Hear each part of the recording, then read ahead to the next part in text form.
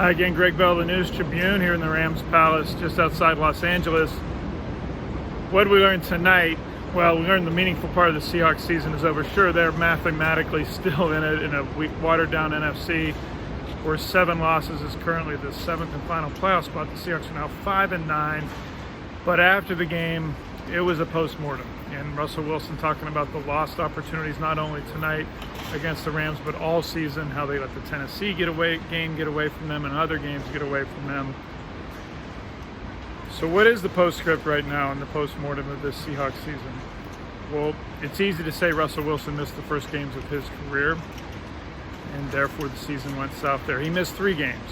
They're playing 17. Wilson in his games back since is not the same Wilson he was for 10 years. And for 10 years, until his finger injury really in October and surgery on his throwing hand, he makes that play to DK Metcalf on 3rd and 6 with 5 minutes left. Metcalf was 5+ yards past Jalen Ramsey. He did a double move. Wilson said after the game that the double moves are hard to judge sometimes because you don't know when the receiver is coming out of them, especially receivers as fast as Metcalf, and that Wilson simply misjudged Metcalf's speed. Metcalf had to wait for the ball, as you saw. It allowed Ramsey to get back into the play. Instead of a tying touchdown, game tied at 17, it was a short touchdown.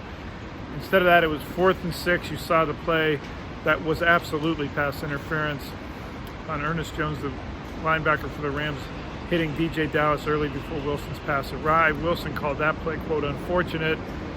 They didn't get the call there.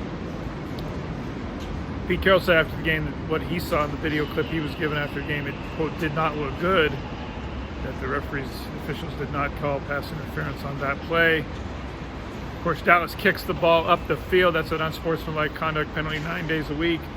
That penalty alone put the Rams in position for the clinching field goal, a loss of poise that Carroll called a boneheaded play. So it goes the entire season. Metcalf was frustrated, especially in the first half. He was frustrated being open down the field a couple times when Ramsey didn't guard him and shadow him, a couple times in zone. One time he was behind everybody.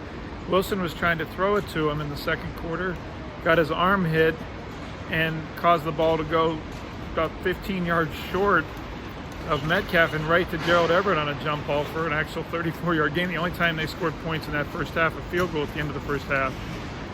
An unintended completion. Wilson said, yeah, I was going for Metcalf. Metcalf was gesturing and throwing his arms wildly during that or after that play. He was upset at the end of that drive.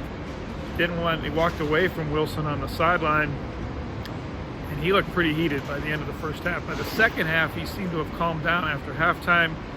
Pat and Freddie Swain on the back on the sideline. Then he had a huge 3rd down catch in the red zone in front of Jalen Ramsey on a stick route, and that set up DJ Dallas's touchdown runs.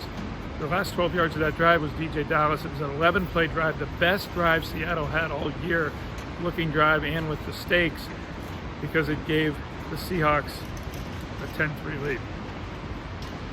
lead. Everything looked great until Bless Austin, who scored tied, held Cooper Kupp. You just can't put your hands on receivers in the NFL. He did that. Kupp ducked the move, and it looked like they were square dancing on a play that was a 3rd down stop for the Seahawks, well away from Kupp and Bless Austin. Austin, of course, was only playing because DJ Reed was on the COVID list. DK Metcalf was the only real receiving target because Tyler Lockett was on the COVID list. Pete Carroll said after the game, we're not through the woods yet on this COVID. He thinks more is to come, which implies perhaps more tests, more positive tests. The Seahawks have to, of course, play Chicago, and now a relatively meaningless game at home on Sunday on the quick turnaround from this Tuesday game. Wilson after the game reflecting on the season, just saying they missed opportunities all over the season and that they usually win these close games, and they aren't this year.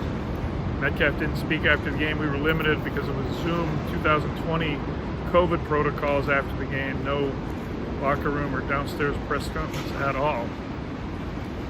Lots more to talk about. Carlos Dunlap erupting with 3 sacks to keep him in the game and give the ball back to Wilson for another chance late. He only had 1.5 sacks, Dunlap did, before this game for the entire season, had 3 tonight. Cooper Kupp was amazing and remarkable again, all over the place. They lined him up as a running back. The Rams put him as a tight end. They had him blocking for Henderson on running plays. Ended up with 136 yards, NFL's leading receiver. So it goes for the Seahawks. A lot of coverage is on the news, Tribune.com, on Twitter at GBellSeattle. This team is now a place they have never been under Pete Carroll and Russell Wilson together. That's a losing record, going to finish for the losing record for the first time since 2011, months before they drafted Wilson. Merry Christmas to everyone. Happy holidays, whatever one you celebrate. Thank you for watching. Please take care.